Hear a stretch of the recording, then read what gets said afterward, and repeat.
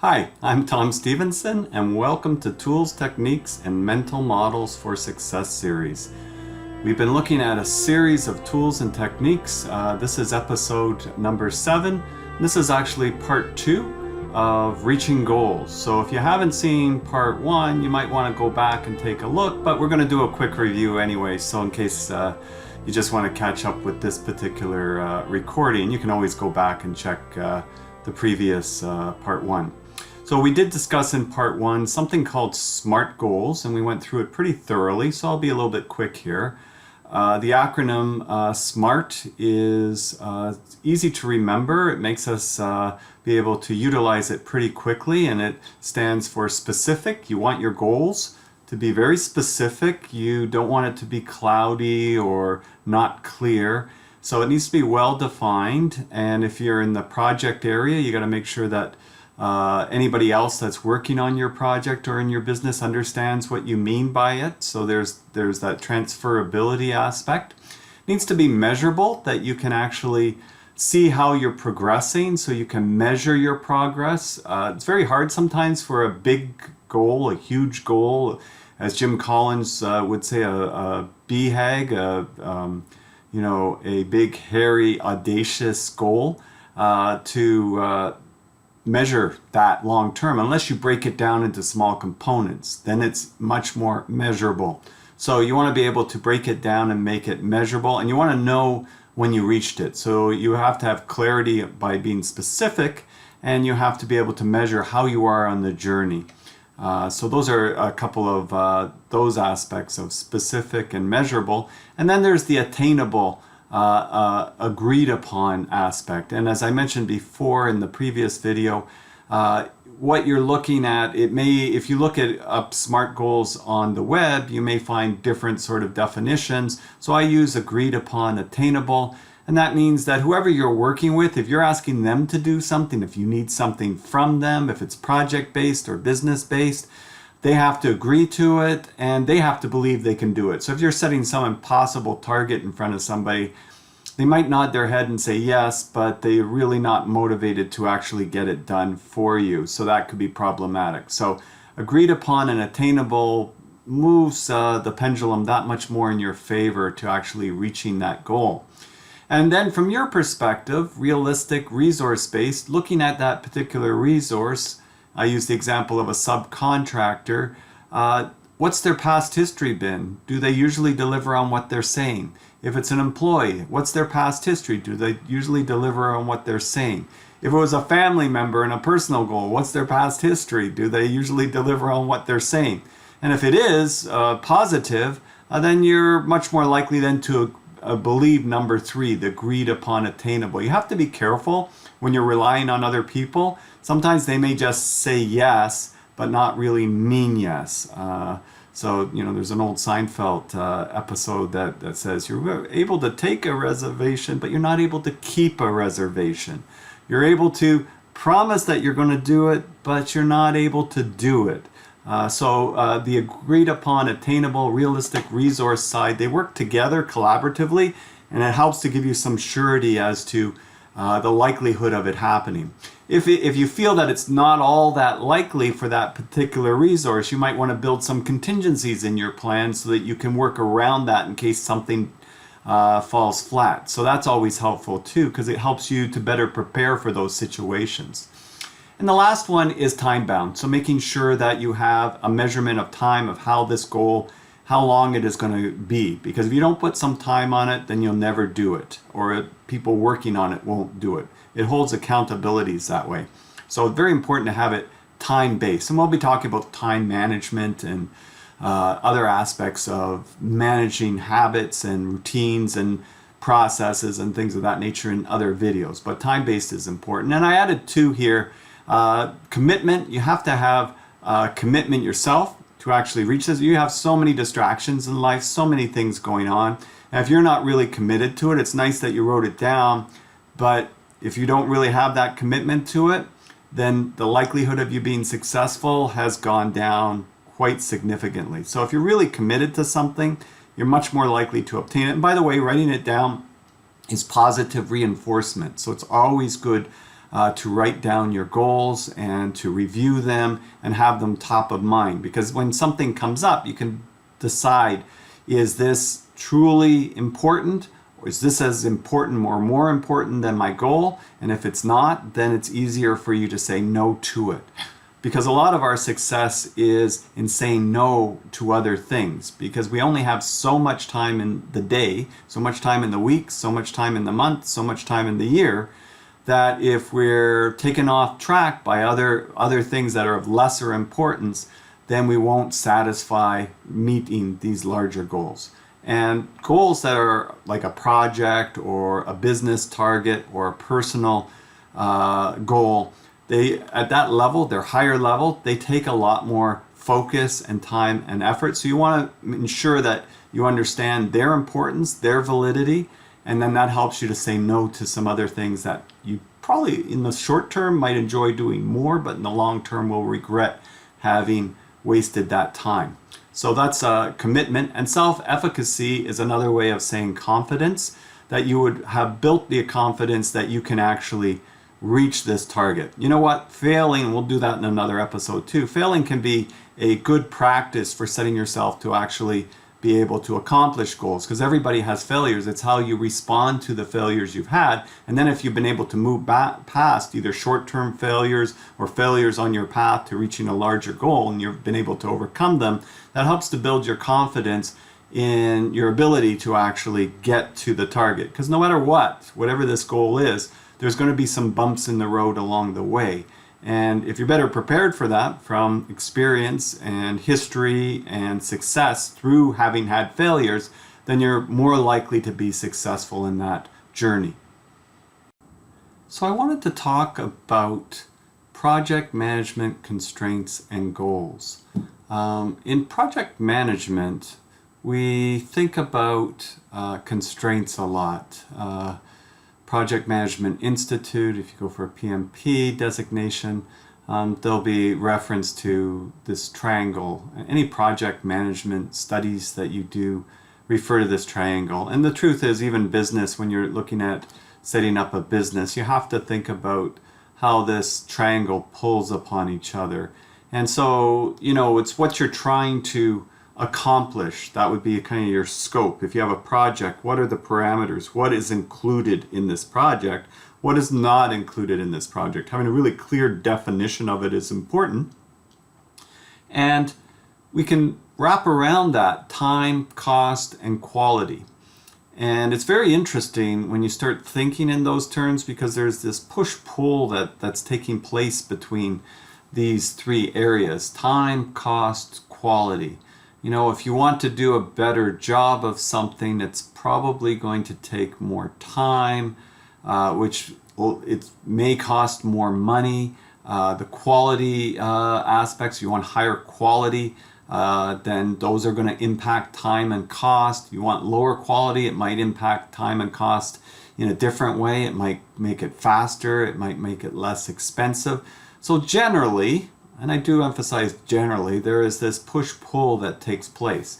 Now, when we think about construction projects, safety would come in, or any kind of project where you have safety concerns. That could be in manufacturing and other areas. Sometimes that could be wrapped around quality, if you want to think about it in those terms. But safety generally will come into the frame, that perspective. You could think of some of the issues with the Boeing plane as of recently, and safety issues, and that's been discussed around quality of the product, right? So it can be looked at in different ways and forms, how that interacts.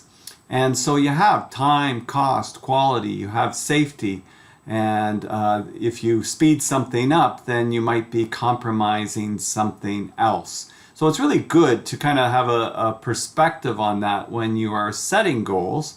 If you're thinking about a project, what is the top importance? It might be time. It might be that we do want to rush this and get this done by this period of time because we need it for X, Y, Z purposes. I remember when I was acting director, I was also a project manager for our college, building a new building for our division. And we were 3 months behind with 6 months to go in the project. There were a number of things that had occurred, and I can tell you from the facilities perspective, we didn't have a plan B, and we had a whole thousands of extra students coming that fall, and if we didn't have that building ready at that time, we didn't know where we were going to put them. So you can be sure for us, time was the top issue. And we managed to get the contractor to finish on time. But the building is really good to look at and walk around for students. We actually point out a lot of the deficiencies that are in different places that occurred because it was rushed. And when it's rushed, things are not done as well. You can think about your own life, and when you rush something, sometimes things break. You rush washing the dishes, what happens? You drop a dish and it breaks the dish. And then you have to clean it up, and then that actually ends up taking more time. And it actually costs more because now you got to buy another dish. So something simple like that, you can sort of see how that ties into the framework there. So time, cost, quality, they have this interaction that takes place. And I think it's important to understand that. But it's also very important in business to understand, how does your client perceive this project? What is the most important to them? As I said, as a college, our top priority was time. We weren't happy with the fact that the quality wasn't that great. We kept the cost in check because we didn't make any changes to have any excuses really, so that we could be overcharged. But definitely quality was impacted by that. On another project, it could be quality. Could be if you're constructing airplanes, quality is a big issue. You know, it's better to take a little bit more time to construct this plane and the design and test it out than to have it fail. So those are examples. You want to make sure that it's going to be workable and that it's going to succeed as much as possible, which would tend to increase costs. I think a very interesting example with the pandemic is, you know, there's a big rush to produce a vaccine. So money's not really the issue when you think about it. There's more money going into production of this vaccine by more different countries and pharmaceuticals trying to produce it.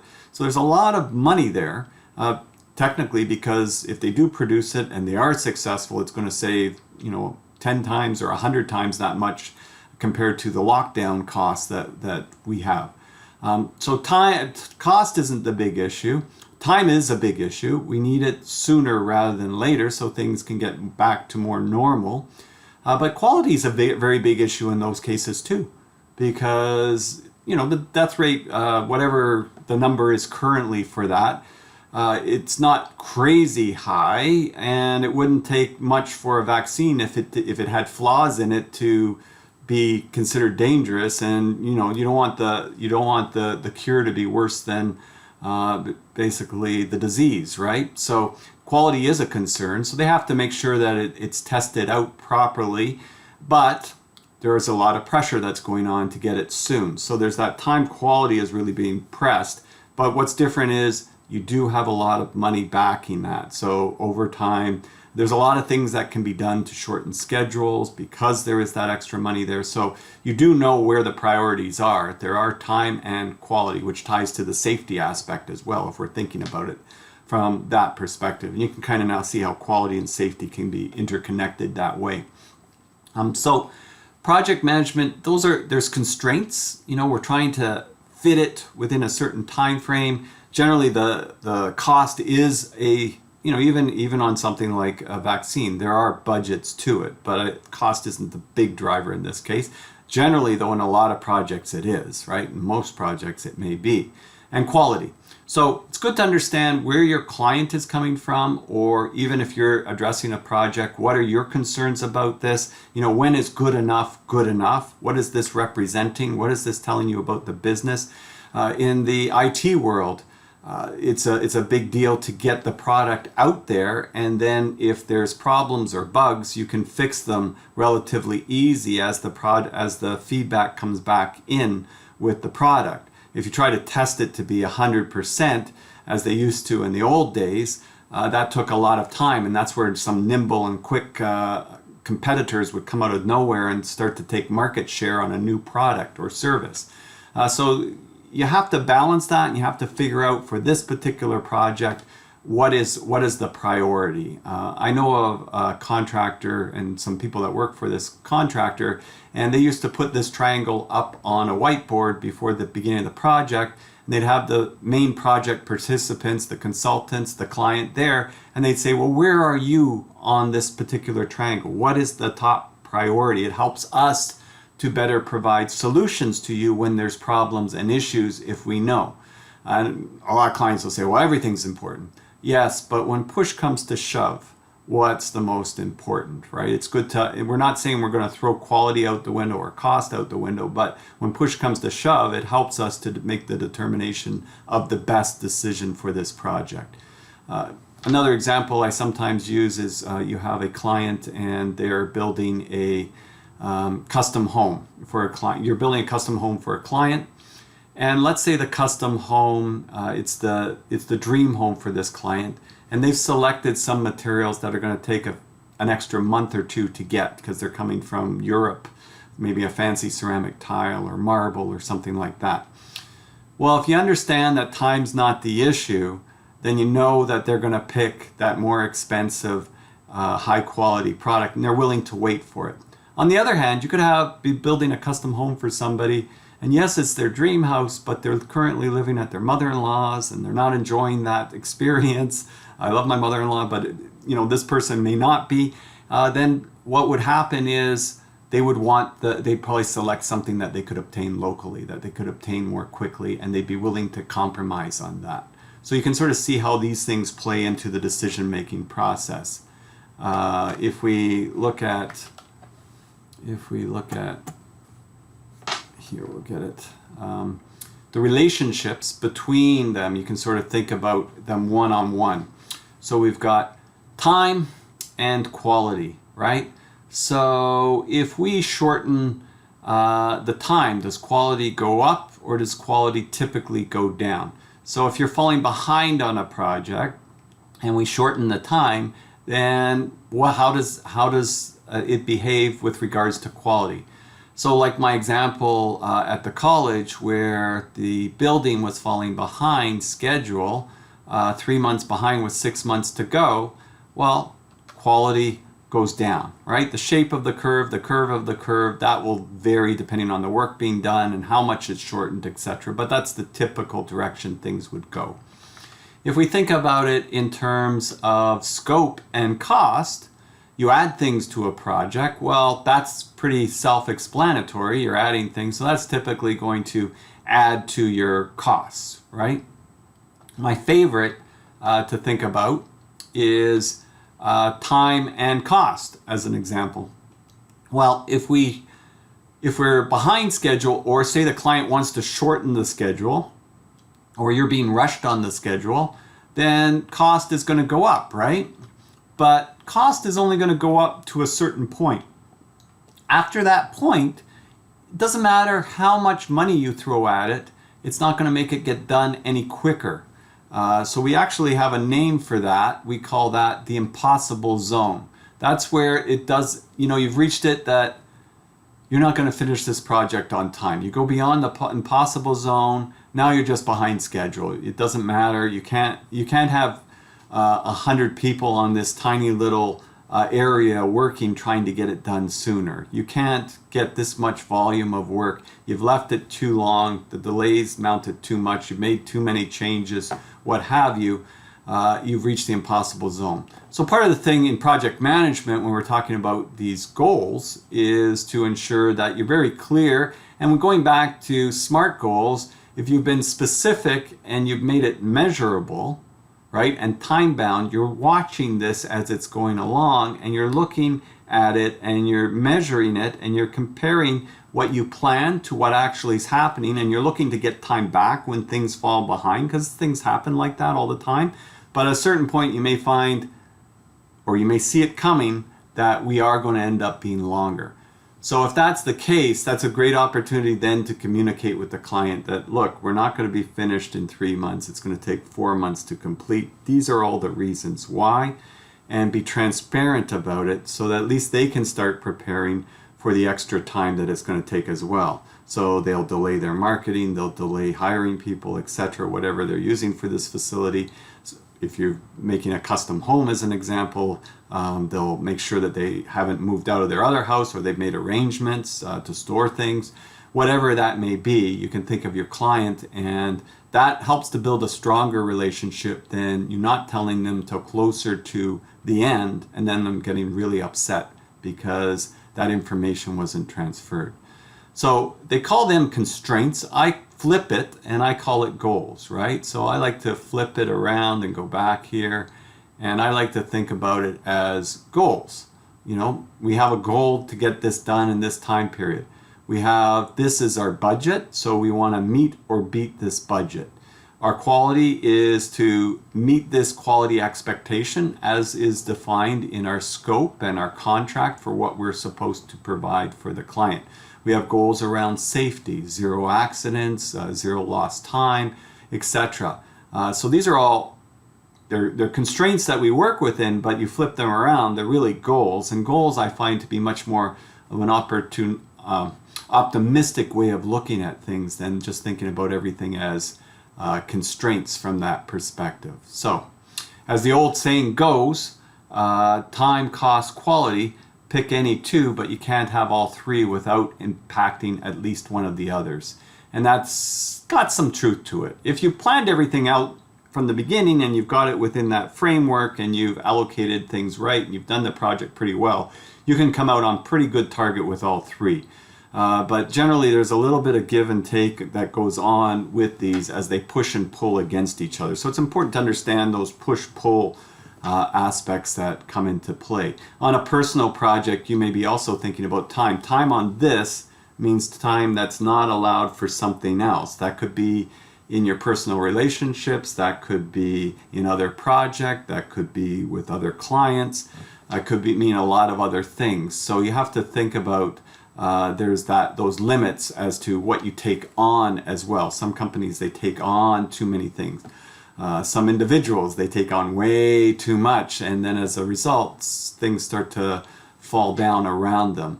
So it helps you from that perspective to understand those relationships when working with goals. Now, when we think about goals, also on a personal level, just a few little tips here, I would say. We talked about business goals on the previous video, and we're talking about business goals up to this point and project management goals. But with personal goals, let's think about writing down your high-level personal goals. That's important to do. So if there's something that long-term you want to achieve, then you should list them out on a sheet of paper, or if you have like a journal. I think I'll do a session on a journal at some point, but if you have a journal, you can list out your goals on a sheet, and you can have your goals all listed out and time frame for the goals. But what you want to do is first list them. You're going to have too many. And if you try to do too many things, you're going to end up doing none of them well. So you really want to list them out and have them broken up into different areas from a personal perspective: business, career orientation, learning, hobbies, which would come under the personal side. And then you want to prioritize and delete. So you want to figure out, all right, well, these are good goals, and if I end up having time for them, that's fine, but I want to prioritize. I want to do this, this, and this, right? I don't want to do this, this, this, and 20 other things if they're large goals. I'm not talking about a to-do list. I'm talking about overarching goals that will take a period of time, planning, and work to achieve. So you look at the list, you prioritize and delete, you pick your goals, break them into smaller goals. So you take these overarching goals and break them into smaller goals. If you're a student, you can kind of grasp this. Well, if your overall goal is to get a 4-year degree, you could then break that 4-year degree into years, right? Each year. And what do I need to do to then complete year 1? Well, you could look at year 1. Well, that's broken into 2 semesters. All right, so there's 2 semesters. You could break that down into, well, now I've got 6 courses in each semester. And then you could look at each course, and you can say, well, where are the key marks in these? And the tests are worth this much, the assignments are worth this much. Okay, so to do well on these assignments and these tests, what do I have to do on a weekly basis to ensure that I'm successful? And then on a weekly basis, then you can break it down into a daily basis, and that really breaks down into what we'll talk about in another session: habits, routines, rituals. Between this time and this time, I'm going to study. When I go to school on the subway, I'm going to use that 45 minutes there and that 45 minutes back to help me do XYZ in my routines of studying and doing homework from that perspective. So I'm going to look at it from that perspective and do it that way.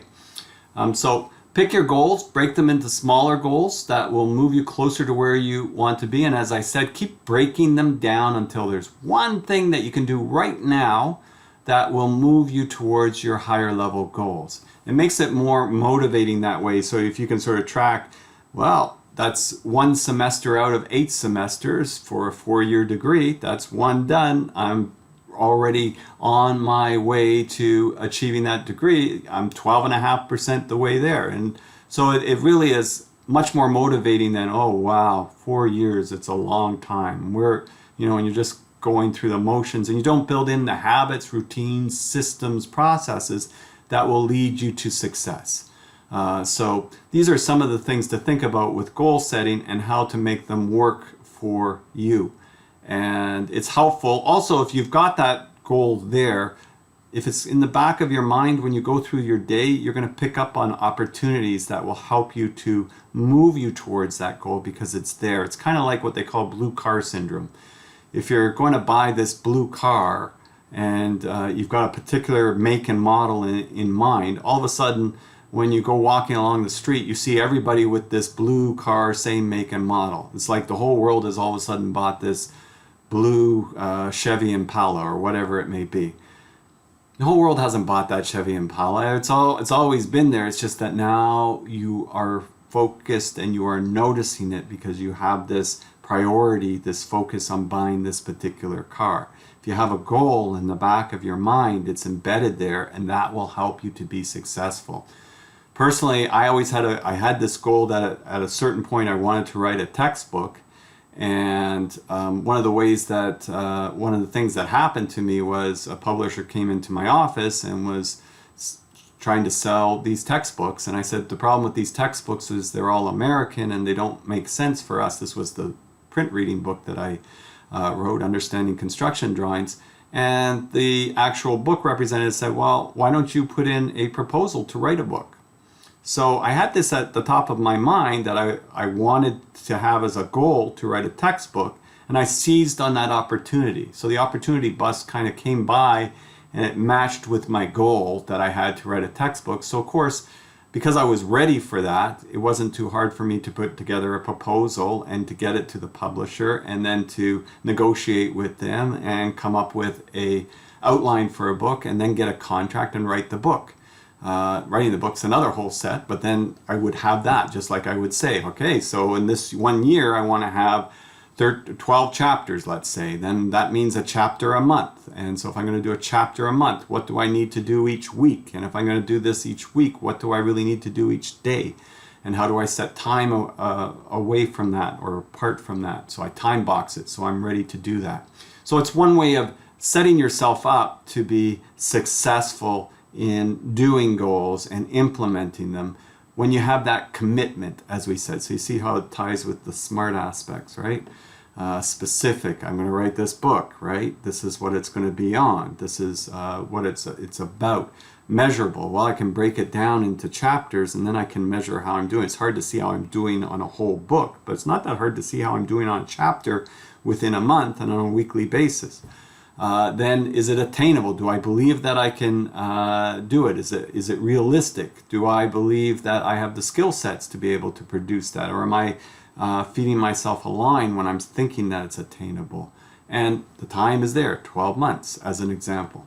So personal goals is very helpful that way. I hope you're starting to see how you can look at business goals, you can look at project management goals, you can look at personal goals. There's a lot of similarities. So you know what?